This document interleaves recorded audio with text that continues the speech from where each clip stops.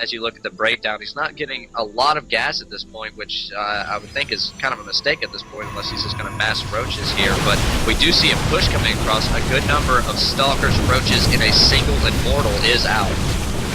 Yeah, we do see some aggression here from Zero and his partner Globler. It looks like Globler is going to be controlling all those forces right now. Microing back a little bit to take as few hits possible from those Zealots. We didn't see his partner here. There is his partner. Looks like he might be attacking at the most inopportune time. He's going to have all his forces lost. Well, maybe not. We actually see some decent force builds here from Dirac. Actually, not decent at all. He's blocking out his partner a little bit. But he is going to be warping in units. He does have 5 gateways up right now. Looks like to be off of 1 base. The natural extension that did just come up. While Atlas and his brother actually held that attack, it's actually quite impressive. That Immortal had 9 kills before it died. Wow, what a huge Immortal there. What a powerful, strong Immortal from the Brotos brothers. A powerful, strong Immortal. But I mean, this game is really back and forth at this point, and I mean, the one thing that's kind of worrying me here, though, is looking over at Zero. His economy is definitely lacking at this point, with only 26 probes out, and it looks like he was very invested into that push that they just made.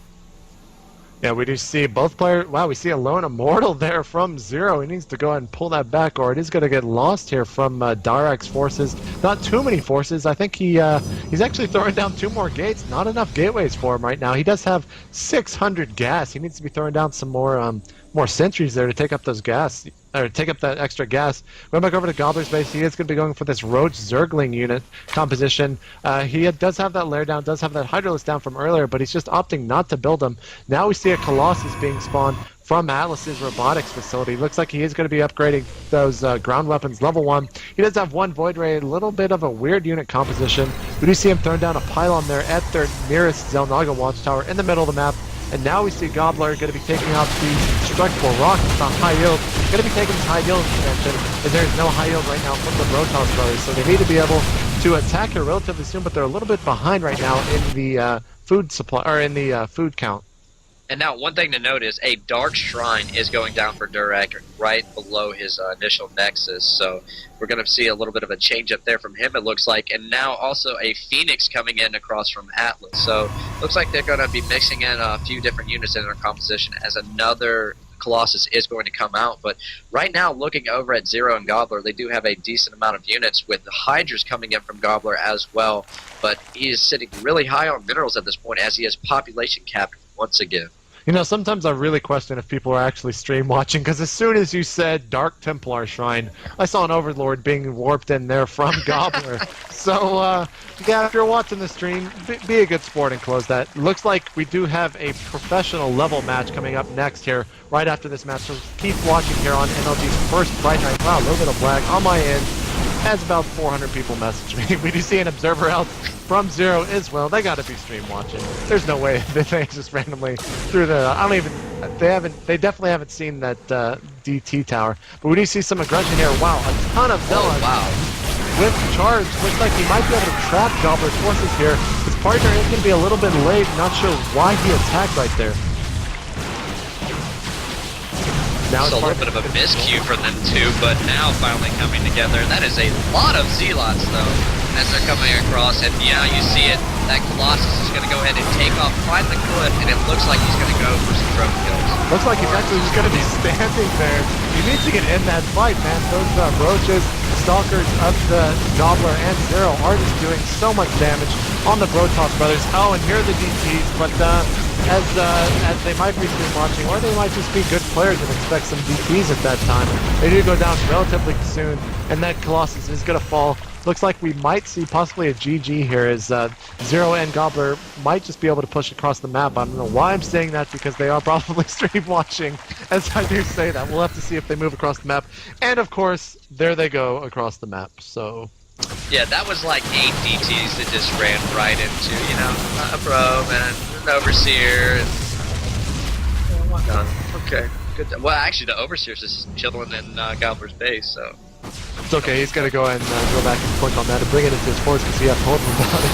But now we see Dirac spawning us. Wow, some actually decent force builds here, splitting the forces of Globler and Zero. But just too many. Wow, I think I saw Phoenix come in there and just die about instantly from those Stalkers. Looks like the Brotos brothers probably going to be saying GG here, as there's just too many forces from Globler and his partner Zero.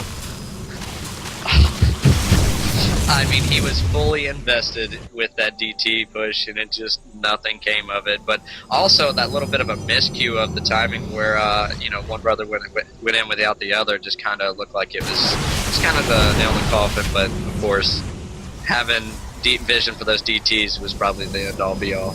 Yeah, I mean, those DTs could have done a ton of damage. I'm not actually sure if they received a speed buff. I actually don't remember looking at the patch change, but I remember someone saying that on the TL forum. So either thank you for making me look smart, or thank you for making me look like a complete idiot. But going back to the game, we do see Globler and Zero massing up their forces here. Looks like just a pretty much what you expect, army composition. Couple Colossus, couple of Immortals, a ton of Stalkers, ton of Lings, ton of Roaches. Just pretty much your standard units. We do have this high yield expansion down from Atlas. Wow, looks like he's going to make all of his units dance right outside their base. We do see a ton of probes being transferred from the main there to the high yield, but Zero and Globler are going to be attacking. Wow, we actually might see an attack here from the Brotos brothers. Looks like he has a ton of Zealots and DPs, but just too many Stalkers. Some actually pretty good force builds from, I'm not actually sure who those are, but whoever it was probably just won the game for Zero and Globler. And one thing to note is Globler has 3,000 minerals and 1,000 gas, just in case, you know, things go wrong. Awesome. Maybe it's one person who's playing both races. The other guy just, I don't know. I'm not really sure. We do see only one person controlling all of the units of Zero and Globler, though. While we see Atlas come out with these two lone sentries trying to block off that high yield. As he has actually almost a ton of probes there, almost all of his probes from his main expansion, doing a ton of mining there. But Globler is going to scout that, and now possibly seeing another attack here. Wow, we see some hatcheries being spawned all across the map right now. A little bit of desperation there. He's just completely overwhelmed by his mineral count. Wondering why Zero and Globler do not in the game right now. Yeah, they're just being absurd at this point. What's that, 8 hatcheries going down in the middle of the map? Something like that. Yeah, 8 hatcheries plus a nidus being complete. Why do you need a nidus when you have hatcheries all over the middle of the map? So, yeah, we might actually be leaving this game here relatively soon. It looks like it is kind of over, but I guess we'll stick around for a little bit. They're possibly going to just be getting up to 200.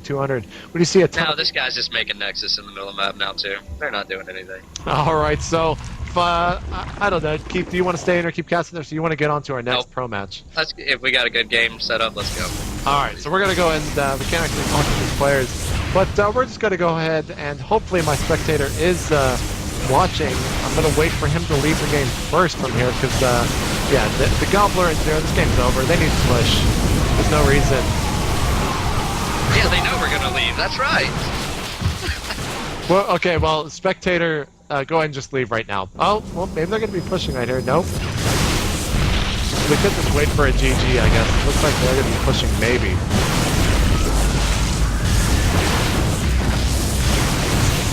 It just looks like he's doing a little dance there. I feel bad just leaving a game in the middle of it, but I think that's what I'm going to do, because this is a little bit ridiculous. So, there we go.